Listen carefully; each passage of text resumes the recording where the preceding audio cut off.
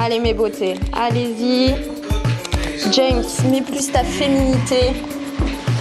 Sois un peu plus sensuelle. Devant l'objectif de Suze, deux divas pas tout à fait comme les autres. Voilà, super, super, ça c'est joli, on voit que vous êtes complices au top. Durant une année, l'artiste photographe, auteure et plasticienne de 22 ans a suivi le monde du drag, du cuir, du trance et au final, un joli bébé de 75 photos, immortalisant ainsi 10 drag queens et drag kings.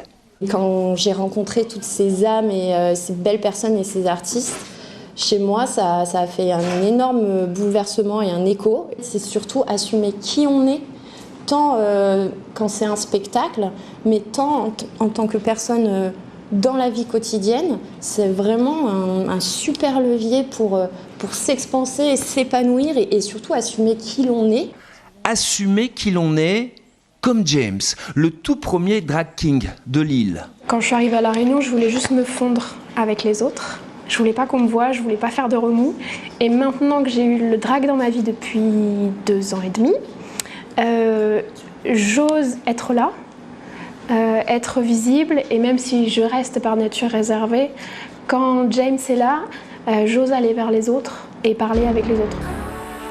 Né il y a 33 ans à Saint-Denis, Fabien, dans la vie mais Pénélope dans le cœur, constate l'évolution des mentalités. Malgré le fait qu'il y a toujours du conservatisme et des idées préconçues sur le milieu, je pense que depuis ces derniers temps, ça commence un peu à ouvrir, l'espace commence un peu à s'ouvrir et du coup les gens se posent des questions et osent venir voir des shows, osent poser des questions avec un esprit totalement bienveillant. Ève a 25 ans, mais sur sa carte d'identité, eh bien, c'est marqué 27 ans.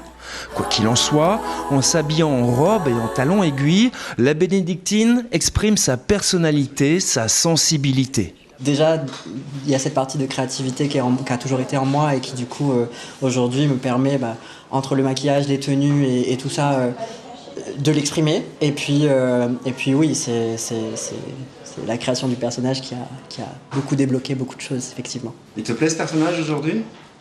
Il y a quelques optimisations à faire, mais je pense que oui, il me plaît beaucoup.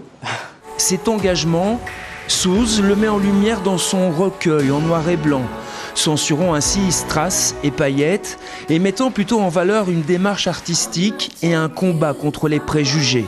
C'était de mettre en avant toutes ces artistes, ces drag kings, ces drag queens qui osent en fait être ce qu'elles sont et qui contribuent finalement pédagogiquement en discutant, en échangeant avec les gens, en se montrant dans des livres, etc.